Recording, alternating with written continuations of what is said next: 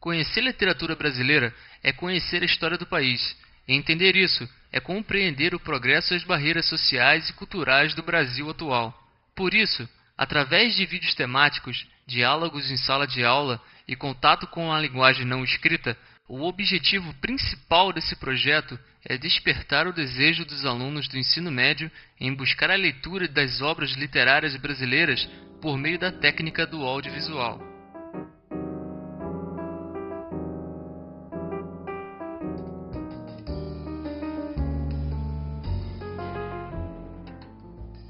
Pode-se dizer que a literatura brasileira teve seu início no quinhentismo em 1500, quando Pedro Vaz de Caminhas escreveu uma carta ao rei de Portugal descrevendo o Brasil.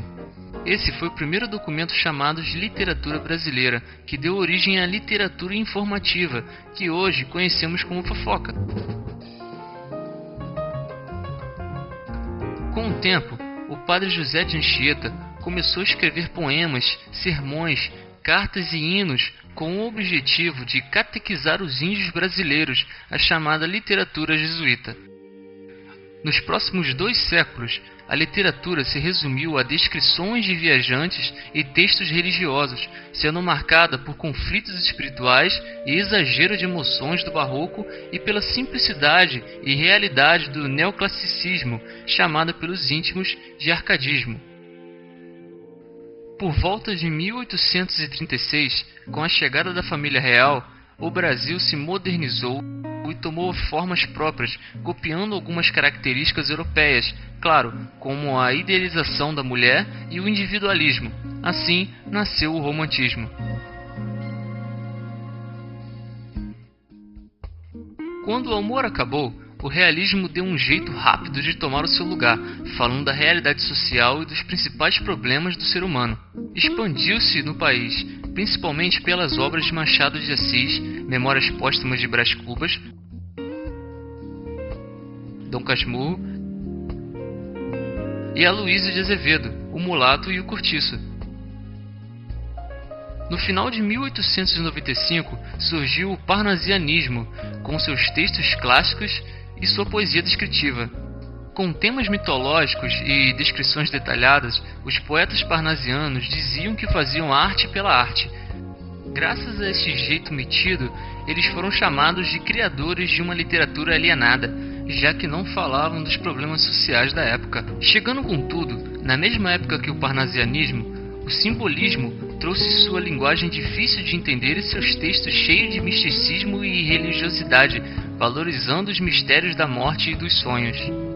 Embora os 2 últimos movimentos tenham vindo para dominar a literatura, eles não puderam superar o pré-modernismo, com seus textos regionais e sua linguagem coloquial. O pré-modernismo não passava de uma transição que trouxe seu positivismo, sua busca de valores tradicionais e valorização dos problemas sociais como um abre-alas para o modernismo, que teve seu início com a Semana da Arte Moderna em 1922 e se caracterizou pelo seu nacionalismo, seus temas do cotidiano urbano, sua linguagem com humor, liberdade no uso das palavras e seus textos diretos. Já eu sou o Castanha e também sou nordestino. Quando eu cheguei em São Paulo tudo era novidade. Parei na rodoviária, me espantei com a cidade. Olhava e só via gente da alta sociedade. O modernismo tinha tudo para ficar, porém os escritores retomaram as críticas e as denúncias aos grandes problemas sociais do Brasil, os assuntos místicos, religiosos e urbanos, criando assim o neorrealismo. Mas o que acontece nos dias de hoje? Fui morar numa pensão no bairro Buraco Quente. A dona era Josefina, morreu bebendo aguardente. Acredito que nessa era da internet passamos por uma espécie de síndrome que é exagerada e carente ao mesmo tempo. Afinal, a literatura nos dias de hoje possui mais gente escrevendo do que lendo. Podemos notar que se manifestam em muitos dos escritores atuais algumas características semelhantes à de alguns autores do pré-modernismo e do modernismo. Mas na verdade a questão é: Se o cenário atual da literatura possui cada vez menos leitores, para quem esses escritores vão escrever? Com isso, o roteiro cinematográfico se fortalece, a narrativa fica muito mais vazada e direta, muitas cenas são perdidas, e aqueles que deveriam ser os leitores passam a ser espectadores de filmes adaptados de livros. Entre as adaptações apresentadas, podemos destacar Macunaíma, de Mário de Andrade, adaptada para o cinema por Joaquim Pedro de Andrade, e Cravo e Canela, de Jorge Amado, adaptada por Bruno Barreto. Há casos em que a adaptação cinematográfica deixa a desejar em relação à obra literária, não revelando o que a obra tem de importante ou até mesmo excluindo o verdadeiro sentido da história, o que faz com que os filmes não substituam a leitura, mas se tornem uma ligação até os livros. Mesmo que as adaptações de grandes títulos da literatura brasileira não substituam a leitura dos livros, ver os personagens de clássicos nas telas do cinema ou da TV pode motivar os estudantes a retornar aos textos com outra visão da narrativa. Não se pode condensar toda a obra em algumas horas, mas assistir às adaptações antes de ler os livros é um método válido como ponto de partida, pois tende a aguçar a curiosidade para mais detalhes da história contada.